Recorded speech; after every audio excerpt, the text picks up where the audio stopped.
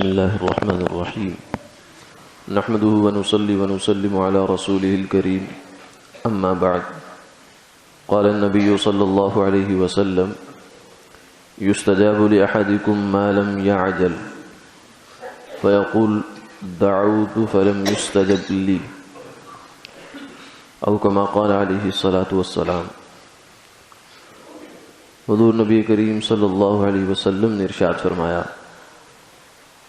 کہ تمہاری دعائیں قبول ہوتی ہیں جب تک کہ آدمی جلدی نہ مچائے، وہ یہ نہ کہے کہ میں نے دعا کی مگر قبول نہیں ہوئی۔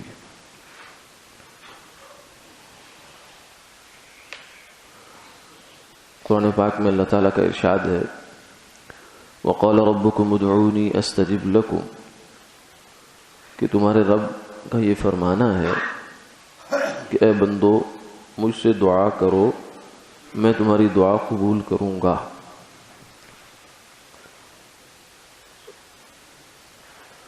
اس حدیث مبارکہ میں ایک بات تو یہ معلوم ہوئی کہ آدمی کی ہر دعا قبول ہوتی ہے۔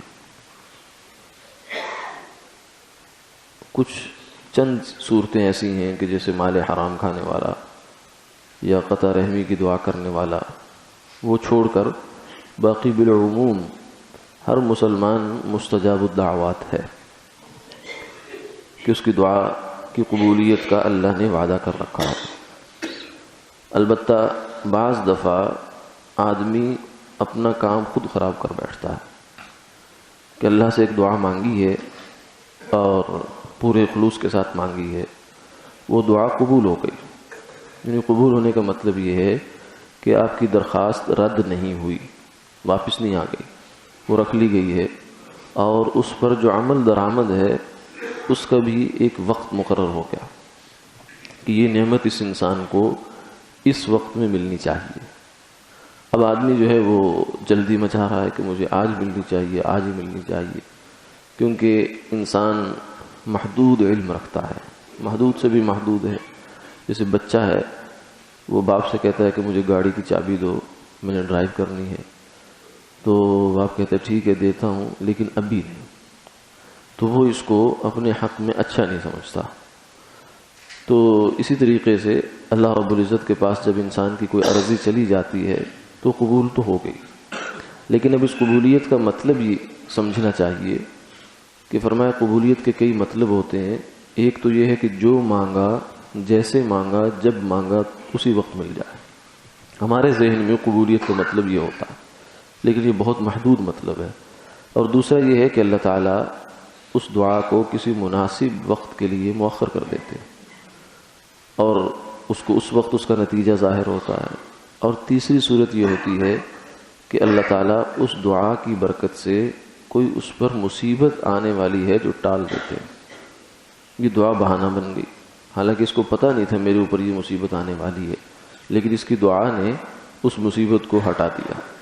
جیسے ایک آدمی بھوکا ہے تو کہتا ہے یا اللہ مجھے کھانا کھلا دیجئے۔ اب یہ دعا تو بظاہر قبول نہیں ہوئی، بھوکا رہا، لیکن ہو سکتا ہے اس کا کسی حادثے میں اس کو کوئی تکلیف پہنچنے والی ہو جو اس کھانے سے بڑی مصیبت ہو، تو اللہ تعالیٰ نے اس سے اس کو بچا دیا، تو قبول ہو گئی۔ اس لیے انسان کو دعا کی قبولیت کا یقین رکھنا چاہیے۔ جس دعا کی قبولیت کا یقین ہو وہ یقیناً قبول ہے، اور جس دعا کی قبولیت کا یقین نہیں ہے اس کا مطلب ہے کہ یہ دعا ہی نہیں ہے، کیونکہ یہ زبان کا کلمہ ہے، یہ دل سے اٹھنے والا جذبہ نہیں ہے۔ جو دل سے جذبہ اٹھتا ہے وہ سیدھا جا کے عرش کو چھو لیتا ہے، اور اللہ تعالیٰ جو ہے اس کو ضرور قبول کرتے ہیں۔ ہاں یہ ضرور ہے کہ وقت اس کا ایک مقرر ہوتا ہے، اس وقت سے پہلے انسان کو صبر کرنا چاہیے اور یہ یقین رکھنا چاہیے کہ میری دعا قبول ہوئی۔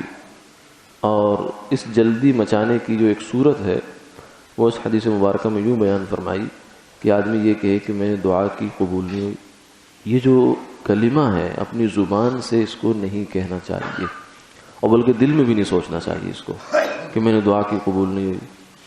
ہاں یہ ہو سکتا ہے کہ آپ اپنے عمل پہ نظر ثانی کریں، کہیں میرے کھانے میں حرام شامل تو نہیں ہے، کہیں اس دعا کے اندر کوئی گناہ کا عنصر شامل تو نہیں ہے، یہ تو ہو سکتا ہے، لیکن یہ کہنا کہ اللہ میں نے قبول نہیں کی، یہ تو اللہ تعالیٰ کی جو سخاوت ہے اور اس کی ربوبیت ہے اس پر سوالیہ نشان لگانا ہے، کیونکہ آدمی قبول وہ نہیں کرتا جس کو کوئی کمی ہو، جس کے خزانے میں کمی ہوتی ہو، وہ کہتا ہے کہ نہیں ابھی جو ہے خزانہ خالی ہے، اس وقت کچھ نہیں مل سکتا، بعد میں آنا۔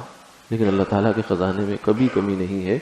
اللہ تعالیٰ جب بھی دعا کو مؤخر کرتے ہیں وہ ہماری ہی مصلحت ہوتی ہے اور مصلحت میں ہی خیر ہوتی ہے۔